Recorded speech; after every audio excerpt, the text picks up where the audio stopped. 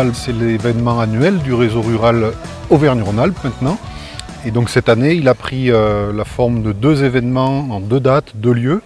D'abord Saint-Imier, le 7 septembre, et puis maintenant, aujourd'hui, le 5 octobre à Saint-Amand-Talente, dans le Puy-de-Dôme. L'objectif de la journée, de l'événement annuel, c'est faire réseau autour d'un thème. Un thème qui est cette année raisonner investissement et équipement par le développement local. Les acteurs du développement local, rural et nous-mêmes se rendent compte que les politiques publiques évoluent en permanence. Aujourd'hui, elles se concentrent sur les investissements, les équipements, sur la gestion des compétences nouvelles des intercos. Ce qui est un nouveau défi pour ces acteurs qui étaient habitués à travailler justement sur de l'animation, sur de la rencontre avec les acteurs locaux et pas forcément à parler de dur et d'investissement, d'équipement, et qui se retrouvent avec la fusion des intercommunalités avec beaucoup d'équipements pour lesquels il faut retrouver une signification en termes de développement.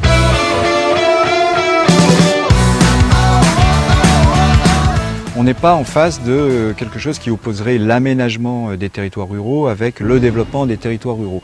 On voit bien, on sait bien, on le sent bien que tout ça est intimement lié. Aujourd'hui, en fait, ce qui nous semble être déterminant, c'est comment en fait un territoire est en capacité de fabriquer sur son territoire du développement local. Quels sont les outils, quelles sont les priorités, quelles sont les méthodes qui vont permettre à ce développement local de s'exprimer, de continuer à être efficace et efficient.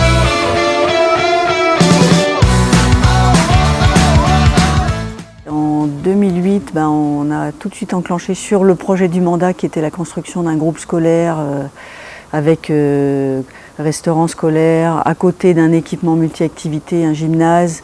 En fait, on se rend compte que quand on agit sur un territoire, finalement, il y en a qui nous regardent et qui disent ouais, il se passe des choses, là j'aimerais bien venir.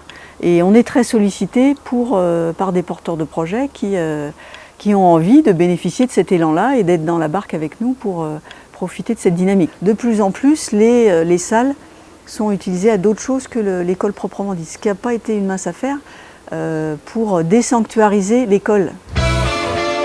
La commune de Craponne, c'est une commune qui a eu son heure de gloire dans les années 70 avec des grosses entreprises et qui a perdu d'un coup beaucoup d'habitants qui habitaient en centre-bourg dès lors que les entreprises ont fermé. Il y a ce problème effectivement d'habitat dégradé en centre ancien. Les élus actuellement en place, donc ça fait quand même 10 ans qu'ils ont conscience de cette problématique, mais il y avait toujours cette question de par où on commence. Et en 2015, ils ont fait le choix de lancer une étude conséquence qui visait à faire un schéma de revitalisation à l'échelle du centre-bourg, donc des 500 parcelles définies dans le périmètre. Et donc vraiment, c'était comment on réinvestit le centre-bourg par de l'habitat. Et cette étude-là, ça a été finalement l'élément déclencheur, à la fois pour définir une stratégie d'intervention et à la fois aussi pour rassembler des partenaires. Alors le contexte de départ de notre projet du moulinage de Chirolles, c'est des locaux vides, une friche industrielle de 5000 m² que nous on veut remettre en état d'habitat. La mairie de Chirolles, sur son site internet, fait un appel à qu'est-ce qu'elle pourrait faire. Des artistes, des architectes, paysagistes découvrent ce lieu et le potentiel. Et nos rêves sur ce lieu sont complémentaires et peuvent créer une énergie intéressante.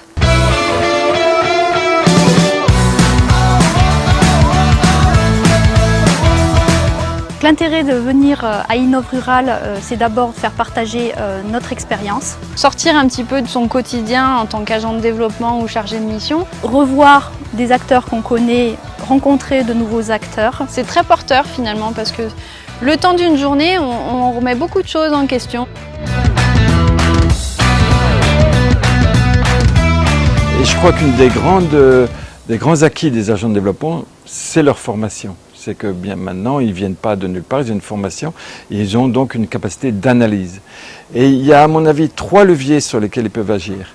Le premier, c'est la curiosité. C'est un mot bête, mais c'est d'aller voir ce qui souvent ne se voit pas. La deuxième, c'est la réflexivité, et donc c'est cette capacité de prendre du recul, de questionner, et questionner pas tout seul, questionner avec d'autres.